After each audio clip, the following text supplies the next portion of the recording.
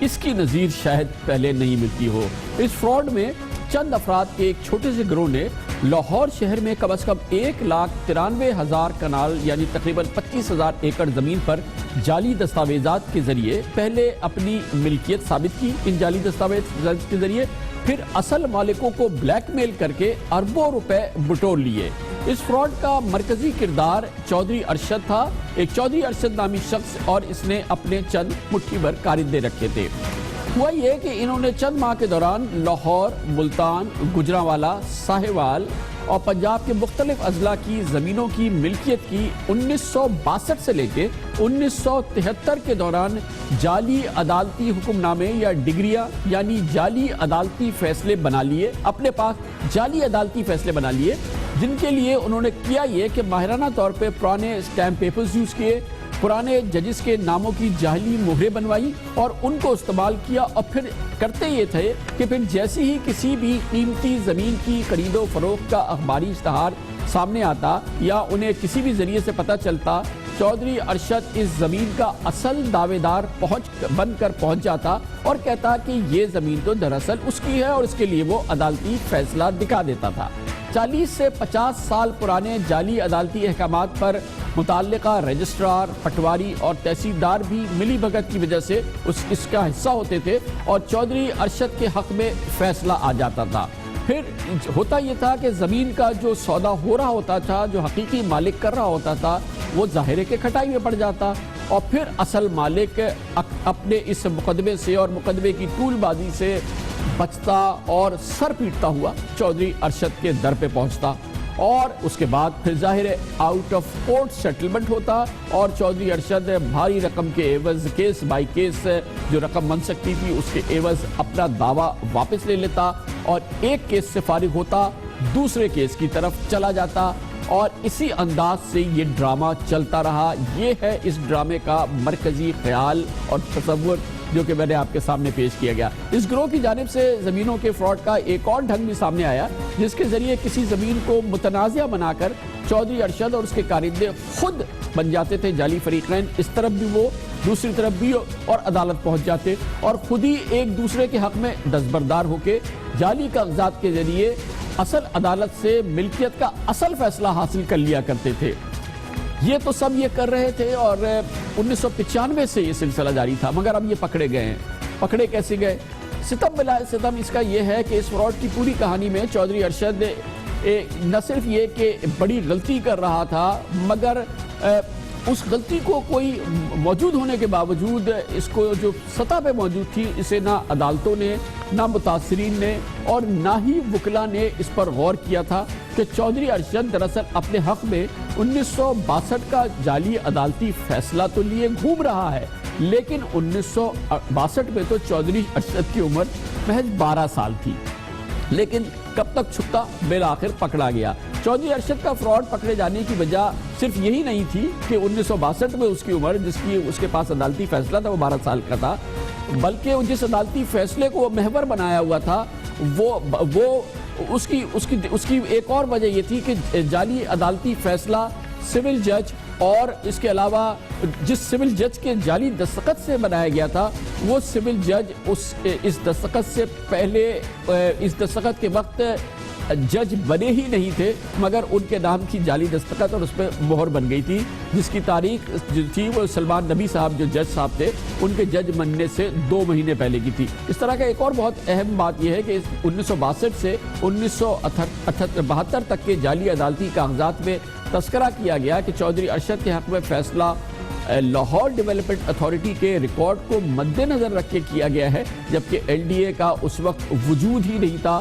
L D A تو دراصل 1975 میں بنی۔ گویا کئی ایسی چیزیں تھیں جو اس میں تھی، سامنے تھی، مگر نہ وکلا اس کو دیکھتے تھے، نہ وکٹم دیکھتے تھے، بلکہ کئی موقعوں پہ عدالت نے بھی نہیں دیکھا۔ مگر جیسا کہ پاکستان میں ہوتا ہے، اب یہ کرپشن کا پورا کیس سامنے آ چکا ہے۔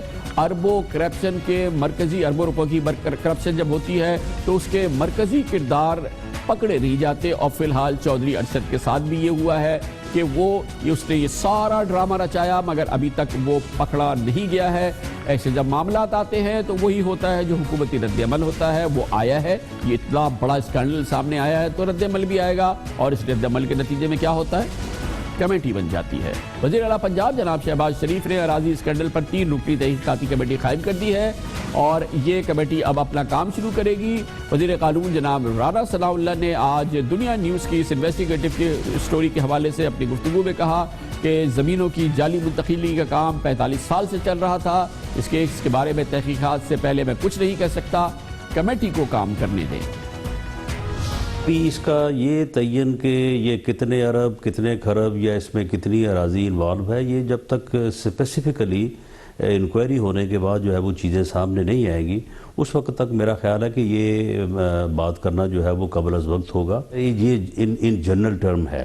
اب اس کو اسپیسیفک جو ہے وہ کرنا پڑے گا, اور یہ ایک جو ٹیم چیف منسٹر صاحب نے بنائی ہے اس میں انتہائی قابل آفیسرز ہیں, اور خاص طور پہ وہ ریونیو کے کام کو بہت اچھی طرح سمجھتے ہیں.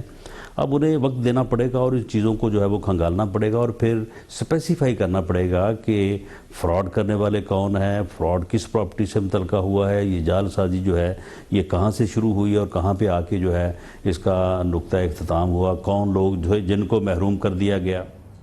اس اہم انویسٹیگیٹو سٹوری کو بریک کیا دنیا نیوز کے کورسپونڈنٹ محمد اشفاق نے, جو کہ اس وقت ہمارے ساتھ لاہور سے موجود ہیں. بہت شکریہ اشفاق صاحب. یہ بتائیے گا کہ ابھی تک چودھری ارشد کے خلاف کیا قانونی کارروائی ہوئی ہے؟ کوئی ایف آئی آر رجسٹرڈ ہوئی ہے؟ اس کو پکڑنے کی کوئی کوشش ہوئی ہے؟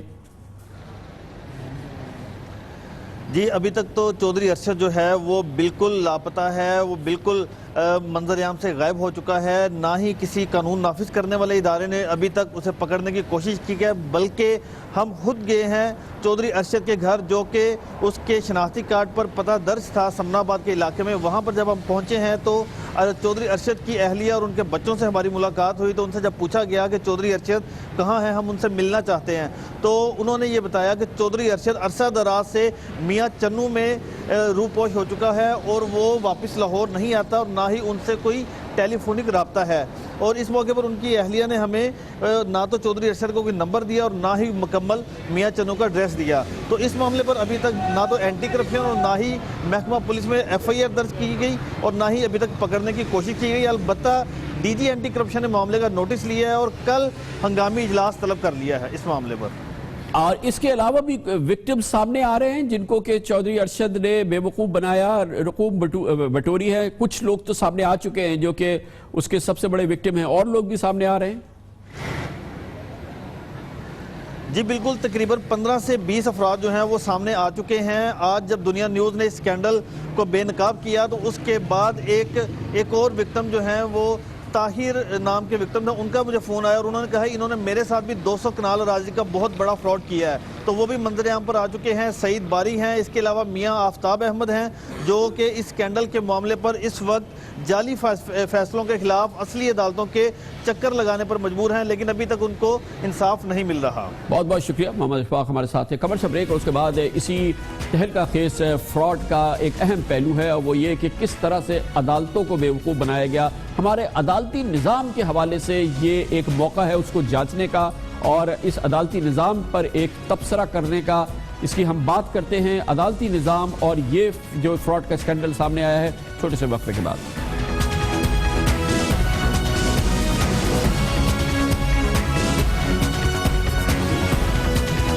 کے دکھائے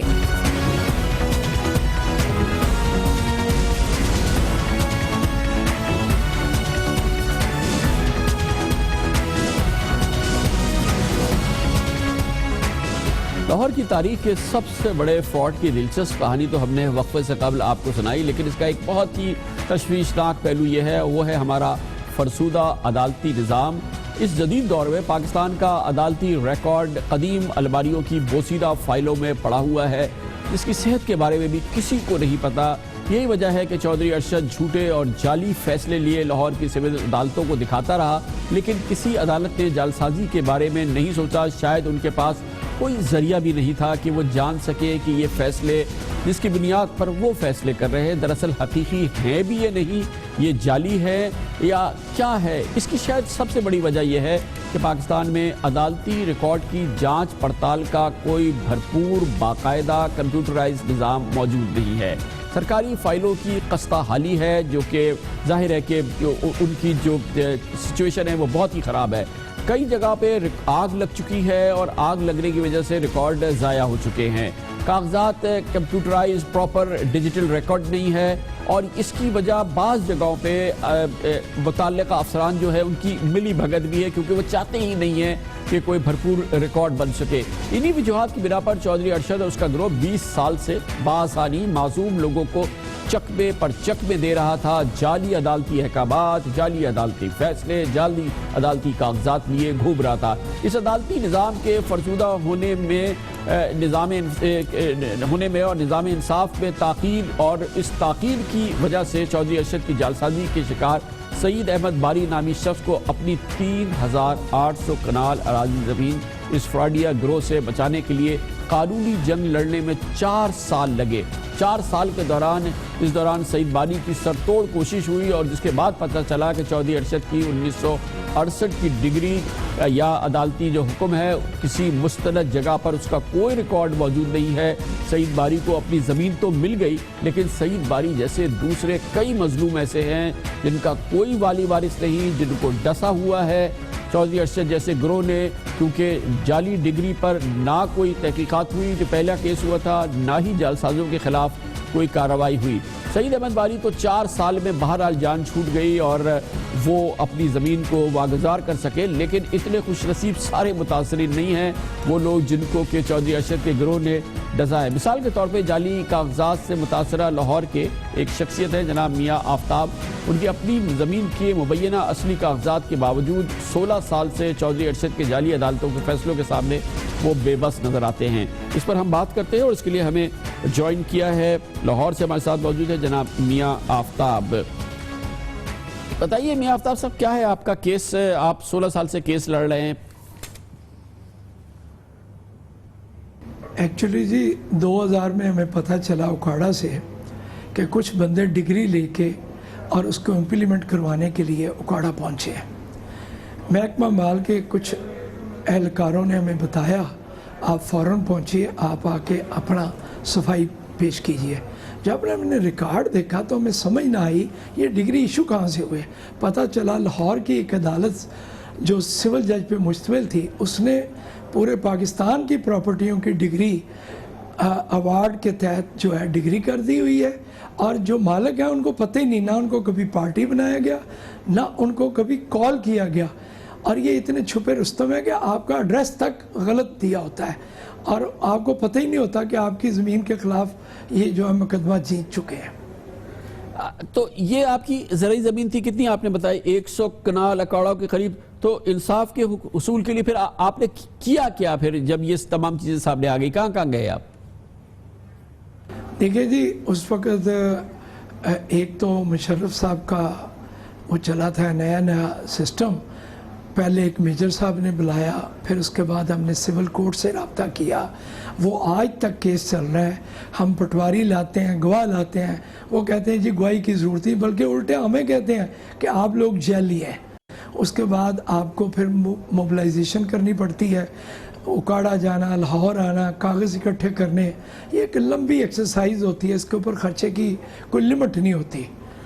تو آپ کورٹ وغیرہ بھی گئے رہے ہیں، تھانہ کچہری وغیرہ سب گئے، وہاں پہ کیا رسپانس رہا؟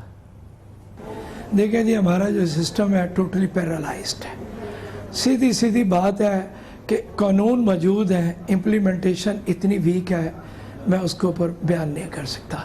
آپ لاکھ پیٹتے رہیں، چلتے رہیں، اسٹیریوٹائپ ایٹیچیوڈز ہوتے ہیں، ان کو ختم کرانا کسی عام بندے کے بس کی بات نہیں، چاہے وکیل بڑا ہو چھوٹا ہو۔ ایک دن ایک وکیل لے آتے ہیں، دوسرے دن دوسرا وکیل آ جاتا ہے، چوتھے دن سال بعد ایک نیا وکیل آ جاتا ہے، پھر وہ کہانی وہیں سے شروع ہو جاتی ہے۔ پھر جوڈیشری کے لوگ بھی اس کو سیریسلی نہیں لیتے، کیونکہ یہ اتنا لمبا سکیم ہے کہ 1,93,000 کنال کے قریب یہ زمین ہے، اتنی زیادہ پارٹیز ہیں کیس میں، نہ سارے اکٹھے ہوتے ہیں، نہ ان کا موقع ملتا ہے۔ تو آپ بتائیں ایک بندہ کتنا فائٹ کر سکتا ہے؟ کیا بتائیں آپ کو۔ بہت بہت شکریہ جناب میاں آفتاب صاحب جو وکٹم ہیں اسی فراڈ کے۔ اور یہ جو صورتحال بتائی جناب میاں آفتاب نے اور جس کا ذکر ہم ابھی اس پروگرام میں مسلسل کر رہے ہیں، شاید اسی وجہ سے گزشتہ سال سپریم کورٹ کی ایک رپورٹ آئی تھی جس میں اس پورے ماحول کے حوالے سے یہ بات سامنے آئی تھی کہ اس وقت ملک بھر میں 17.5 لاکھ کیسز ایسے ہیں جو عدالتوں میں زیر التوا ہیں، جن میں اس سال کمی آئی ہوگی لیکن یہ آخری رپورٹ ہے سپریم کورٹ کی جو کہ اویلیبل ہے، مگر ہزاروں مثالیں ایسی موجود ہیں کہ مدعی مر گئے مگر مقدمات چھوڑ گئے اور ان کی نسلیں دھکے کھا رہی ہیں۔ رپورٹ کے مطابق زیر التوا مقدمات کی تقریباً تعداد سپریم کورٹ میں 22,000 ہے، فیڈرل شریعت کورٹ میں 1,000 ہے، لاہور ہائی کورٹ میں 1,64,000 ہے، سندھ ہائی کورٹ میں 70,000 کے قریب ہے تقریباً، پشاور ہائی کورٹ میں 27,000 مقدمات زیر التوا ہیں، بلوچستان ہائی کورٹ میں 5,000 کیسز زیر التوا ہیں اور اسلام آباد ہائی کورٹ میں اب 14,500 کیسز زیر التوا ہیں۔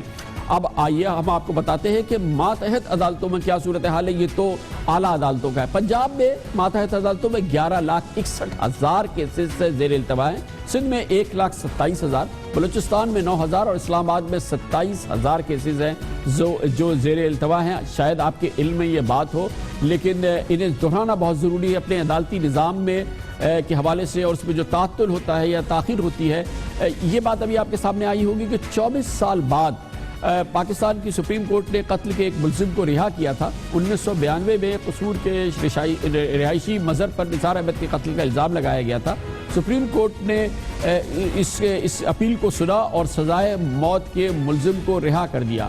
پچھلے دنوں سپریم کورٹ نے 2 بھائیوں غلام قادر اور غلام سرور کی رہائی کا حکم دیا، جبکہ دونوں بھائی 1 سال پہلے قتل کے جرم میں پھانسی چڑھائے جا چکے تھے، اس کے بعد ان کی رہائی کا حکم آیا تھا۔ 2002 میں قتل کیس میں نامزد یہ دونوں بھائی اکتوبر 2015 میں سزائے موت پا چکے تھے۔ یہ وہ معاملات ہیں جو کہ سامنے آتے ہیں تاخیر کی وجہ سے۔ اہم بات یہ ہے کہ چیف جسٹس آف پاکستان جناب جسٹس انور ظہیر جمالی کہہ چکے ہیں کہ ملک میں 60% زیر التوا مقدمات سرکاری اداروں کی نااہلی اور اوور آل جو بیڈ گورننس ہے، چاہے اس میں عدالتی نظام ہے یا سرکاری نظام ہے، اس کا نتیجہ ہے۔ اعلیٰ عدالتوں میں زیر التوا مقدمات میں سے تقریباً 60% مقدمات سرکاری اداروں کی نااہلی، بے حسی اور بیڈ گورننس کا نتیجہ ہیں، اور کرپشن اور منفی سوچ ان معاملات کو مزید پیچیدہ بنا دیا ہے۔ اس پورے ماحول پہ بات کرنے کے لیے ہمارے ساتھ موجود ہیں پاکستان کے ممتاز ماہر قانون سابق اٹارنی جنرل آف پاکستان جناب عرفان قادر۔ بہت بہت شکریہ عرفان قادر صاحب۔ یہ چلے جا رہا ہے ہمارے ساتھ یہ مسئلہ، زیر التوا مقدمات بڑھتے جا رہے ہیں، نیچے کی عدالتیں، اوپر کی عدالتیں، اور ابھی ہم نے جس فراڈ کا ذکر کیا وہ بھی اس بات کی عکاسی کرتا ہے۔ پہلے تو یہ بتائیے گا کہ کتنا مستند عدالتی ریکارڈ ہے پاکستان کا اس وقت، لوور کورٹس کا، ہائر کورٹس کا، کہ جس کو کہ ویریفائی کیا جا سکے، جو ویریفائیبل ہو، کہ ان کی صحت اور اس کی جو اوور آل سچویشن، اس کے بارے میں ہمیں کچھ بتائیے۔ عدالتی نظام کا جہاں تک تعلق ہے اس کے بارے میں تو آپ نے بہت ساری باتیں ابھی کی ہیں، اور آپ نے جو تمام فیکٹس، فگر اور سٹیٹسٹکس اور اس پہ جتنا آج تک کا بیک لاگ ہے جو سامنے آ رہا ہے، اس کو دیکھتے ہوئے چیف جسٹس صاحب نے تو بڑے آرام سے کہہ دیا کہ جی 60% جو مقدمات ہیں وہ آتے ہیں انتظامیہ کی ناکامی کی وجہ سے۔ لیکن انتظامیہ سے بھی بڑی ناکامی یہ ہے کہ یہ جو اتنے سال کے جو کیسز ہیں جو فیصلے نہیں ہو رہے، تو اس سے تقویت ہوتی ہے ان لوگوں کو جو کہ سسٹم کے ساتھ کھیلتے ہیں، اور اس کا نتیجہ یہ نکلتا ہے کہ پھر کیسز کبھی فیصلہ ہی نہیں ہوتے، اور اس طرح کے لوگ جو ان کو موقع مل جاتا ہے کہ وہ فراڈ کریں۔ تو یہ تمام چیزیں دیکھتے ہوئے، تمام حقائق دیکھتے ہوئے مجھے افسوس سے کہنا پڑے گا، معاف کیجئے گا مخل ہو رہا ہوں، کہ جیسے یہ کیس ہے، اس میں ایک شخص نے جعلی عدالتی فیصلے بنائے ہوئے تھے اور وہ اس کو لے کے گھوم رہا تھا، 1 لاکھ سے زیادہ اس نے کنال زمین جو ہے اس کو متنازعہ بنا دیا تھا، عدالت میں جاتا تھا اور وہ جعلی پیپرز، جعلی اسٹیمپ پیپرز، جعلی عدالتی فیصلے دکھاتا تھا اور معاملے کو اٹکا دیتا تھا آپ کے، اور 1962 1963 1968 کے وہ فیصلے دکھاتا تھا۔ آپ سمجھ رہے ہیں، آپ کو سمجھ میں آ رہی ہے یہ بات کہ عدالتیں اس کو ویریفائی نہیں کر سکی اور ان کو وہ اصلی فیصلہ سمجھی، اور آپ سمجھ رہے ہیں اس بات کو کہ یہ بالکل ممکنات میں ہے، یہ عدالت کے پاس کوئی ذریعہ نہیں تھا کہ اس کو ویریفائی کرتی۔ بالکل، یہ اس پہ بڑا اچھا ابھی میں نے سن رہا تھا، یہ میاں آفتاب صاحب نے بالکل ٹھیک کہا کہ عدالتوں کے تو لوگ دروازے کھٹکھٹاتے رہتے ہیں، لیکن وہاں پہ مقدمات اتنے زیادہ ہوتے ہیں، ججز کی اتنی کمی ہے، اور پھر کمپٹنس کی بھی پرابلم ہے، تو یہ ساری چیزیں جب ملٹی پلائی ہوتی ہیں تو ایک عام آدمی کی تو بات سنی نہیں جاتی. اور آپ نے خود کہا جیسے سپریم کورٹ میں فیصلے 20 سال کے بعد یا 10 سال کے بعد ہو رہے ہیں اور لوگوں کو پھانسی پہلے ہو چکی ہے اور ان کے جو ایکویٹلز ہیں ان کو بری بعد میں کیا جا رہا ہے. تو یہ ایک بہت بڑا سوالیہ نشان ہے اور میں حیران ہوں کہ چیف جسٹس آف پاکستان نے آج تک اس طرف کیوں نہیں بات کی. انہوں نے یہ بیک لاگ کی طرف کیوں نہیں توجہ دی. اتنے چیف جسٹسز آئے، پھر ہم نے بات سنی جی عدلیہ کی آزادی کی، اور پھر وکلا تحریک کی، اور یہ سارے بینچ اور بار ان کا ایک بڑا اہم رول ہے ساری چیز. اچھا عرفان قادری صاحب رول پلے کرنے میں کیا کر سکتے ہیں؟ ابھی تو جسٹس انور ظہیر جمالی کا تو اب 1 مہینہ رہ گیا، وہ تو اب چلے جائیں گے، لیکن آنے والے جسٹس ثاقب نثار اگر وہ چاہیں کہ اس بیک لاگ کو ختم کرے، عدالتی نظام کے اس کلاک کو ختم کرے کسی صورت سے، کیا کرے پھر وہ اس کے لیے؟ اس کے لیے سب سے ضروری چیز یہ ہے کہ سب سے پہلے تو یہ جو تقرریاں ہوتی ہیں عدلیہ میں، خاص طور پہ سپیریئر جوڈیشری میں، یہ شفاف طریقے سے ہونی چاہیے. انفارچونیٹلی پچھلے 5-7 سال میں خود چونکہ جوڈیشل کمیشن کا ممبر رہا ہوں، مجھے افسوس سے کہنا پڑتا ہے کہ وہ چیف جسٹس صاحب جو تھے وہ جس کو چاہتے تھے وہ اس کی تقرری کر دیتے تھے، اور اس کا کوئی شفاف طریقہ نہیں تھا، کوئی یارڈ سٹک نہیں تھی، کوئی کمپیریزن کا طریقہ نہیں تھا کہ کس طرح سے نتھر کے بیسٹ کینڈیڈیٹس جو ہیں، بیسٹ لوگ جو ہیں وہ سامنے آئیں اور وہ سپریم کورٹ کے اور ہائی کورٹ کے ججز بنے. ایک تو یہ بہت بڑا سکم ہے، اور دوسرا جو سب سے بڑا اس وقت ایشو ہے ساری چیز کا، وہ یہ ہے کہ ججز کی جو تعداد ہے اور مقدمات کی تعداد، اس سے ججز کی تعداد بہت کم ہے.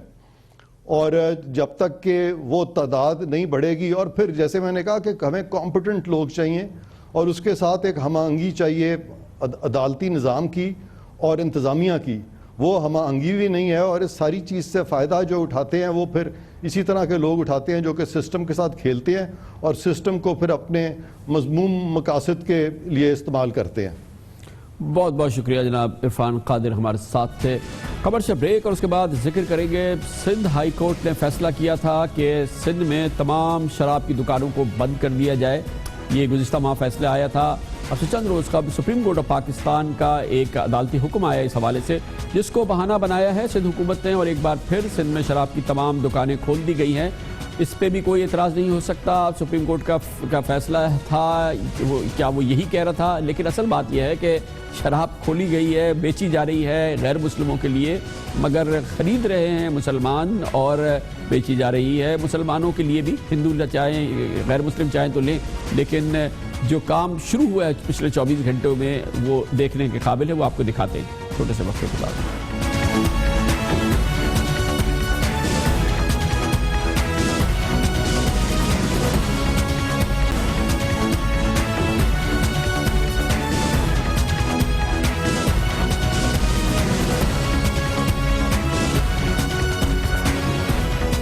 تو سپریم کورٹ آف پاکستان ہی وضاحت کرے گی کہ اس کے گزشتہ حکم کا مقصد یہ بھی تھا یا نہیں. لیکن سندھ میں اب لگ بھگ 1.5 ماہ کے تعطل کے بعد، بند رہنے کے بعد، صوبے کے طول و عرض میں شراب کی دکانوں کی رونقیں لوٹ آئی ہیں، اور پچھلے 24 گھنٹوں کے دوران شراب کی دکانوں پر بھرپور ریل پیل دیکھی جا رہی ہے. اور اس کے لیے کہا جا رہا ہے کہ سپریم کورٹ آف پاکستان نے اس کی اجازت دی ہے. یہ حکومت سندھ کا سرکاری موقف ہے. اس سے پہلے غیر مسلموں کے ہی کہنے کے، ان کے مطابق، ان کے کہنے پر اور ان کا یہ معاملہ عدالت میں لے جانے پر اس کے ان کے ناموں کا ناجائز استعمال ہو رہا ہے. سندھ ہائی کورٹ نے 18 اکتوبر کو ایک حکم دیا تھا جس کے ذریعے سندھ میں شراب خانوں کے لائسنس منسوخ کر کے انہیں بند کرنے کا حکم دیا گیا تھا. لیکن شراب کھانے والے، شراب کی دکان بیچنے والے، یہ دکانیں کل کھل گئی، اور اس کا عذر یہ دے دیا گیا کہ اس کی اجازت سپریم کورٹ آف پاکستان نے دے دی ہے. حالانکہ سپریم کورٹ نے جو حکم دیا تھا 3 روز قبل، اس کی 3 رکنی بینچ نے، اس میں کہا گیا تھا کہ سندھ ہائی کورٹ کو وہ حکم دے رہی ہے کہ وہ اس معاملے کی پھر سے سماعت کرے اور درخواست گزاروں کو سن کر کیس کا فیصلہ کرے. سپریم کورٹ نے یہ بھی واضح کیا تھا کہ اس حکم سے یہ تاثر نہ لیا جائے کہ عدالت عظمیٰ نے شراب فروشی کی اجازت دے دی ہے. مگر مسلم لیگ نون کے رکن، قومی اسمبلی کے رکن جناب رمیش کمار نے 2 روز قبل کہا تھا کہ ان کی معلومات کے مطابق کسی بھی مذہبی کتاب میں شراب نوشی کی اجازت نہیں دی گئی ہے، اس لیے غیر مسلموں کے نام پہ پاکستان میں شراب کی فروخت کی کوئی گنجائش نہیں ہونی چاہیے. یہ کہتے ہیں رمیش کمار. میں نے بائبل بھی پڑھا ہے, میں نے قرآن شریف کا بھی مطالعہ کیا ہے, میں نے بھگوت گیتا بھی پڑھی ہے. میں نے کسی مذہب کے اندر یہ نہیں دیکھا کہ آپ کو وسکی پینے کی جو ہے وہ اجازت دی گئی ہے. مگر یہاں پہ اسمبلی میں قانون سازی اس وجہ سے نہیں ہوتی ہے کہ زیادہ تر جو ہمارے پارلیمنٹرین ہیں وہی ان وائن شاپوں کو جو ہے وہ مالک بن جاتے ہیں. اسپیشلی ہندو لوگ, کرسچن تو کم ہوں گے مگر ہندو لوگ جو ہے وہ, جتنے بھی پاکستان کے اندر وائن شاپ ہیں میں سمجھتا ہوں 90% ہندو کمیونٹی اس کو اون کرتی ہے. کیوں؟ یہ مذہب کی توہین جو ہے, اگر ہمارے پاس کچھ ہمارے عام لوگ جو نہیں سمجھتے ہیں کہ یہ ہمارے مذہب کی توہین ہے تو آئین کے اندر امینڈمنٹ ہونی چاہیے. یہ تھے ممبر قومی اسمبلی رمیش کمار. پاکستان میں شراب کا کاروبار انتہائی منفیت کا کاروبار ہے کیونکہ لائسنس یافتہ شراب کی دکانوں کا گو کے کہنے کو بنیادی مقصد یہ ہے کہ یہ غیر مسلمانوں کو شراب فروخت کریں گی, لیکن یہ بات عام ہے کہ یہاں کروڑوں روپے کا کاروبار ہوتا ہے. اس کی وجہ یہ کہ یہاں گاہکوں کی اکثریت مسلمان ہوتی ہے, گاہک خریدنے والے مسلمان زیادہ ہوتے ہیں, غیر مسلم کم ہوتے ہیں. حالانکہ قانون یہ کہتا ہے کہ ملک میں آباد مختلف اقلیتوں کو ان کے تہواروں پر شراب خریدنے کی اجازت ہے. وہ ان تہواروں کے موقع پر یہ کتاب خرید سکتے ہیں, اور وائن شاپس پر پابند کیا گیا تھا ان کو کہ ان کے لیے ضروری ہے کہ وہ غیر مسلموں کا پرمٹ دیکھ کر شراب فروخت کریں, لیکن عملی طور پہ جس کا جی چاہتا ہے وہ آسانی سے شراب خرید سکتا ہے. یہ عمل 1.5 مہینہ رکنے کے بعد کل سے کراچی میں شروع ہو گیا ہے, اور جیسے ہی یہ عمل شروع ہوا ہے کراچی کے مختلف علاقوں میں جہاں پر یہ وائن شاپس یا شراب کی دکانیں ہیں جس میں ڈیفینس اور کلفٹن سمیت مختلف علاقے شامل ہیں, وہاں پر شراب دھڑا دھڑ بکنی شروع ہو گئی. نام لیا جا رہا ہے سپریم کورٹ آف پاکستان کا کہ اس کے حکم کے ذریعے ہو رہا ہے. ہم نے کوشش کی کہ جا کے دیکھیں کہ یہ شراب کس کو بیچی جا رہی ہے, کس انداز میں بیچی جا رہی ہے, کیا صرف ہندوؤں کو ہی بیچی جا رہی ہے یا غیر مسلموں کو ہی بیچی جا رہی ہے. اس کے لیے ہمارے نمائندہ خصوصی جناب مسعود رضا پہنچے کراچی کے بورڈ بیسن کے علاقے میں ایک لائسنسڈ شراب کی دکان پر, اور انہوں نے جاننے کی کوشش کی کہ کیا شراب صرف غیر مسلمانوں کو دستیاب ہے, لیکن جو نتیجہ نکلا وہ دیکھنے سے تعلق رکھتا ہے. مسعود رضا کی اس خصوصی رپورٹ میں.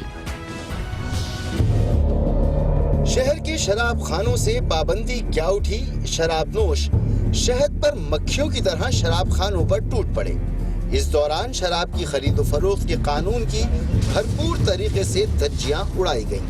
آسان طریقہ یہ ہے کہ آپ گاڑی میں بیٹھے بیٹھے شراب آرڈر کریں اور قانون کے برخلاف آپ کی شناخت نہیں پوچھی جائے گی کہ آپ مسلم ہیں یا غیر مسلم.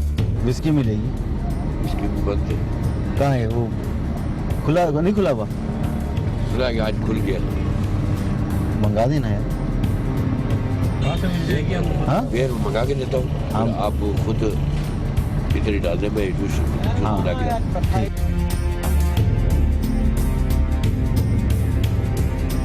کتنے کی ملی؟ 1000 کی 4 دی. 1000 کی 4 دی, اور باقی وسکی خود جا کے لینے پڑے گی. شراب خانے سے براہ راست شراب خریدنے پر بھی قانونی تقاضے پورے نہیں کیے جاتے. وسکی وسکی وسکی کون سی؟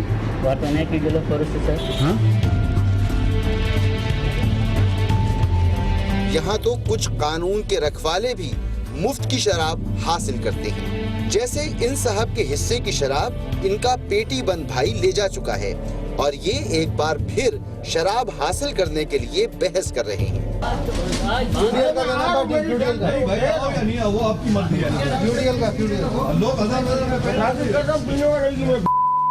روپے کا میں آپ چوکی سے 350 روپے کا ڈیلی کا میں نے ہیڈ کوارٹر میں بھائی آپ چوکی کا بننا ہے, سپاہی آتا ہے لے لینا نا. ہمیں دیکھ کر یہ صاحب یہاں سے رفو چکر ہوئے. آج باقاعدہ کھل گیا؟ آج جی بھائی جان باقاعدہ کھل گیا ہے, میڈیا پہ آ گیا ہے.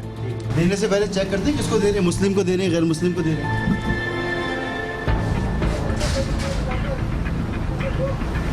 نہیں دیتے, آپ نے بھی مجھے بھی دے دیا.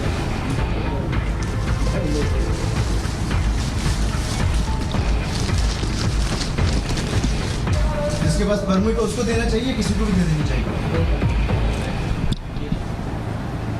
پرمٹ والے کو دینا چاہیے, بغیر پرمٹ کو آپ کسی کو بھی دے دیتے ہیں.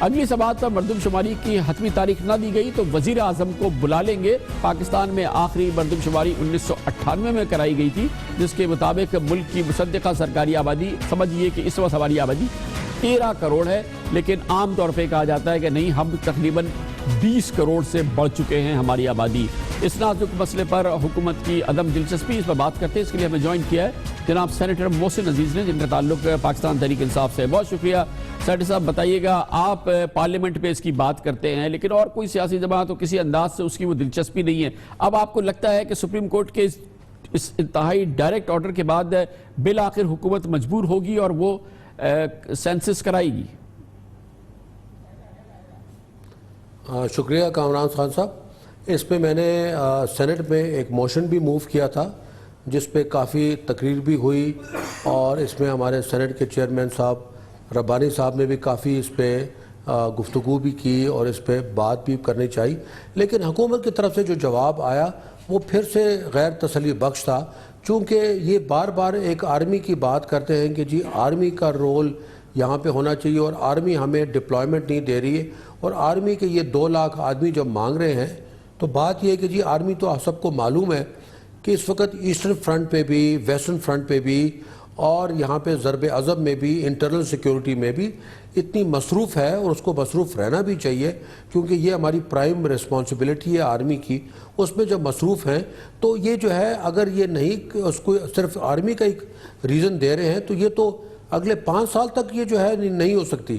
بات یہ ہے کہ جی وہاں پہ بھی میں نے گزارش کی اور یہ بتایا کہ جی جو ریٹائرڈ آرمی پرسنلز ہیں ان کو آپ لے لیں، ان کو سپروائزری رول آپ دے دیں، کیونکہ اس کو سٹارٹ کرنے کے لیے بھی دسمبر آج شروع ہو چکا ہے، اور سپریم کورٹ نے بھی اس میں بارہا کہا ہے، اور آج ہم نے دوبارہ سے سینیٹر صاحب اس میں ایک اہم بات یہ ہے کہ اتنا اہم مسئلہ ہے، آپ ضرور اس کو ٹیک اپ کر رہے ہیں، لیکن آپ کی جماعت سمیت حزب اختلاف کی کسی جماعت نے، میں نے پیپلز پارٹی کی جانب سے کبھی کوئی اس میں کوئی بھرپور کوئی ترجمانی نہیں دیکھی، آپ کی جماعت کی جانب سے بھی نہیں دیکھی کہ حکومت پہ دباؤ ڈالے۔ عمران خان صاحب نے آج تک نہیں کہا کہ حکومت پہ دباؤ ڈالے کہ بھائی یہ سب سے امپورٹنٹ کام ہے کرنے کا، یہ سب سے پہلے کرو 2018 کے الیکشن سے پہلے، اس سلسلے میں راست ایکشن لے یا کچھ کرنے کی بات کریں۔ اسی طرح سے اور بھی دوسرے اہم مسئلے ہیں، سیاسی جماعتیں اس کو اپنا ایک مقصد کیوں نہیں بناتی ہیں، کیوں اس حوالے سے حکومت کو دباؤ میں نہیں لاتی؟ میرا خیال ہے چونکہ باقی جماعتوں کا تو مجھے علم نہیں ہے، لیکن اس کی گزارش کر دیتا ہوں۔ ہماری جماعت نے بارہا اس کے متعلق بات تو کی ہے، میں نے بھی اس کے متعلق ایک دفعہ پہلے بھی کالنگ اٹینشن نوٹس ڈالا ہوا تھا، ایک دفعہ کوشچن ڈالا ہے، اور 3rd ٹائم یہ آخر میں آ کے سر آپ نے کیا ہے، لیکن عمران خان کا میں نے نہیں سنا، عمران خان صاحب کی میں نے بات نہیں سنی اس حوالے سے، یہ بڑی افسوس کی بات ہے۔ بلاول بھٹو زرداری نے کبھی بات نہیں کی، خورشید شاہ نے کبھی بات نہیں کی، بھائی پاکستان میں 18 سال سے مردم شماری نہیں ہوئی ہے۔ دیکھیے وہ تو چونکہ ایک پارٹیز ہیں جو کہ باقی پارٹیز ہیں، اس میں زیادہ میں گفتگو نہیں کرنا چاہتا، لیکن یہ ضرور کہنا چاہتا ہوں کہ ان کی ایک حلقہ بندی اس طریقے سے ہوئی ہے کہ ان کو یہ جو ہے مردم شماری نہ کرانے سے ان کو فوائد ہیں، کیونکہ وہ جو حلقہ بندی جس طرح سے ہوئی ہے اور سینسس جس طرح سے ہوئے ہوئے ہیں، اور جس طریقے سے یہاں پہ جو ہے اس وقت جو ہے تو یہ کارڈز جو کہ نادرا کے کارڈز ہیں، جو شناختی کارڈ ہیں، وہ تقسیم ہوئے ہیں، اور جس طریقے سے یہ الیکشن کر رہے ہیں اس میں جو ہے ان کے لیے میں سمجھتا ہوں کہ بینیفٹ میں جاتا ہے کہ یہ شاید جو ہے نہ ہو، اور میں سمجھتا ہوں کہ حکومت بھی اچھا آپ یہ فرما رہے ہیں سینیٹر صاحب، محسن عزیز صاحب، آپ یہ فرما رہے ہیں کہ یہ سیاسی فائدے میں ہے، سیاسی جماعتوں کے فائدے میں ہے کہ وہ مردم شماری نہ کرائیں، کیونکہ اس کے بعد الیکشن کا بہت بہت شکریہ سینیٹر محسن عزیز ہمارے ساتھ تھے۔ کمر سے بریک، اور اس کے بعد ذکر کریں گے خیبر پختونخوا کا، جہاں پر مسائل اٹھ رہے ہیں۔ اتحادی حکومت ہے پاکستان تحریک انصاف اور جماعت اسلامی کی، اور دونوں جماعتوں کے درمیان اختلاف ہے۔ جماعت اسلامی نے اب کئی راست مطالبات رکھ دیے ہیں پی ٹی آئی کے سامنے، اور یہ تک کہا ہے کہ اگر ان مطالبات کو تسلیم نہیں کیا تو وہ خیبر پختونخوا کی مخلوط حکومت سے باہر نکل جائیں گے۔ اس پر بات کرتے ہیں، جماعت اسلامی کے امیر جناب سراج الحق ہمارے ساتھ ہوں گے چھوٹے سے وقت کے بعد۔